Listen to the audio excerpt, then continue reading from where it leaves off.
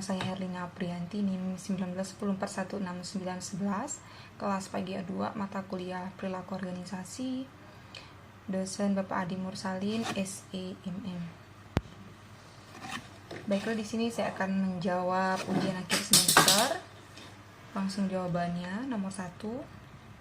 Beberapa bidang ilmu yang ikut memberikan kontribusinya dalam perkembangan dari ilmu perilaku organisasi adalah: yang pertama, psikologi, yaitu ilmu yang memberikan sumbangan terhadap perilaku organisasi, terutama dalam hal pemahaman tentang perilaku individu dalam organisasi. Yang kedua, sosiologi, yaitu ilmu yang membahas tentang sistem sosialisasi dan interaksi manusia dalam suatu sistem sosial. Yang ketiga, antropologi, yaitu ilmu yang mempelajari tentang interaksi antara manusia dan lingkungannya. Yang keempat, politik, sejarah, dan ekonomi, yaitu bidang ilmu yang memberikan sumbangan dalam perkembangan ilmu perilaku organisasi. Ilmu politik mempelajari tentang perilaku individu dan kelompok di dalam suatu lingkungan politik. Sumbangan dari ilmu politik terutama dalam proses mempengaruhi pengalokasian wewenang dan pengelolaan konflik.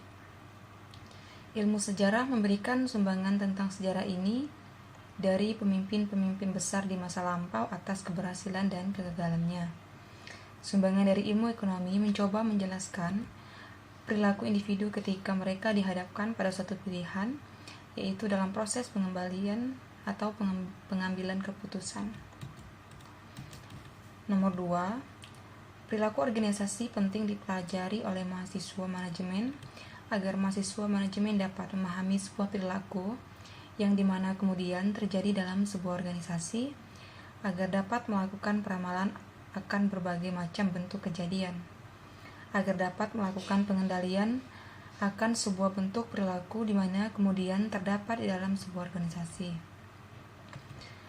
Perilaku organisasi juga perlu dipelajari oleh manajer sumber daya manusia di sebuah perusahaan. Hal ini dikarenakan perilaku organisasi sendiri adalah suatu bidang studi ilmu yang mengkaji hubungan antara manusia dalam berorganisasi, baik manusia sebagai individu maupun sebagai anggota kelompok, serta hubungan antar manusia dan organisasi. Artinya bahwa perilaku organisasi bisa mendeskripsikan, bisa menjelaskan, memprediksi, dan mengendalikan perilaku manusia di dalam suatu organisasi. Hal ini akan dapat membantu seorang manajer dapat mengidentifikasi masalah yang dihadapi, menentukan bagaimana cara mengoreksinya, dan mengetahui bahwa perubahan-perubahan akan membuat satu perubahan, yakni dengan menggunakan pendekatan keperilakuan, sehingga dengan pendekatan perilaku organisasi akan dapat meningkatkan kualitas dan produktivitas pegawai dalam organisasi. Nomor 3. Prinsip-prinsip perilaku organisasi antara lain. Yang pertama, manusia berbeda perilakunya karena kemampuannya tidak sama, yaitu perbedaan dan keterbatasan kemampuan akan berpengaruh pada perilaku dan kecerdasan yang dibawa sejak lahir, hasil didikan dan pengalaman. Yang kedua, manusia mempunyai kebutuhan yang berbeda, yaitu manusia berperilaku karena didorong oleh serangkaian kebutuhan, dan setiap orang memiliki kebutuhan yang berbeda dengan kebutuhan orang lain. Yang ketiga, orang berpikir tentang masa depan dan membuat pilihan tentang bagaimana bertindak, yaitu kebutuhan-kebutuhan dari setiap orang dapat dipenuhi lewat perilakunya masing-masing. Yang keempat, seorang memahami lingkungannya dalam hubungannya dengan pengalaman masa lalu kebutuhannya, yaitu memahami lingkungan adalah suatu proses yang aktif, di mana seseorang mencoba membuat lingkungannya untuk mempunyai arti baginya. Yang kelima, seseorang itu mempunyai reaksi-reaksi senang atau tidak senang, dan ini akan menjadikan seseorang berbuat yang berbeda dengan orang lain di dalam rangka menanggapi sesuatu hal. Yang keenam, banyak faktor yang menentukan sikap dan perilaku organisasi, yaitu adanya perasaan senang dan tidak senang.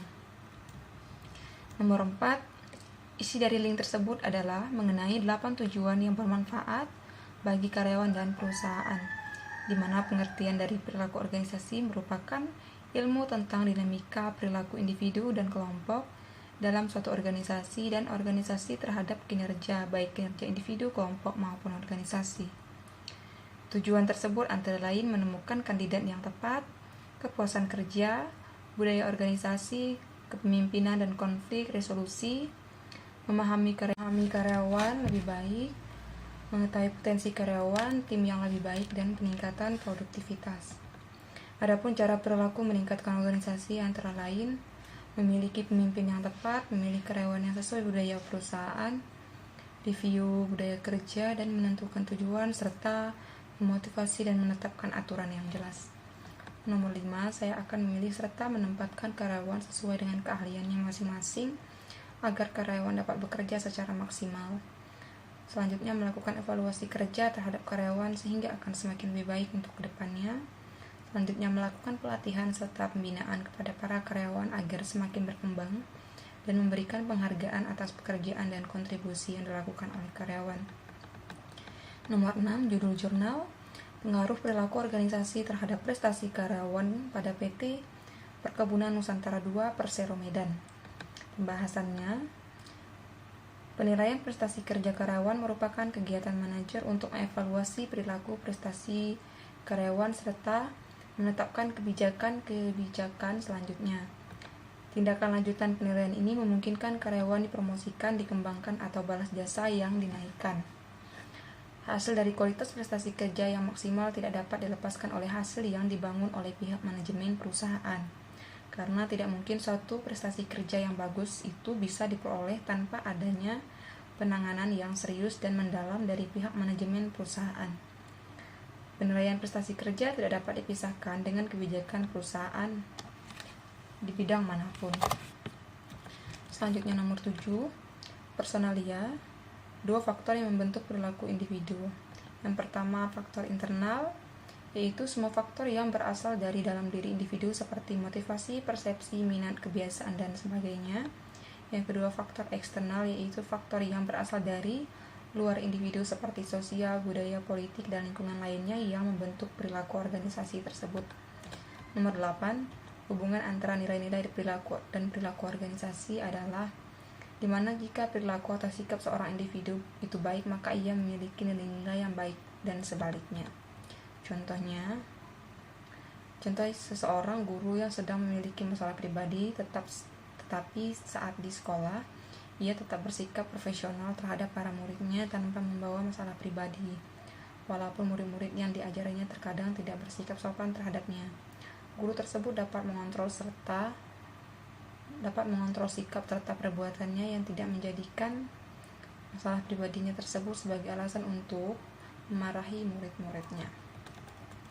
Nomor 9, keragaman dalam organisasi adalah keragaman atau perbedaan di dalam suatu organisasi. Dengan keragaman organisasi ini dapat memperoleh berbagai pandangan, kemampuan, dan berbagai hal untuk mengatasi permasalahan organisasi atau perusahaan, dan dapat juga meningkatkan keefektifan perusahaan.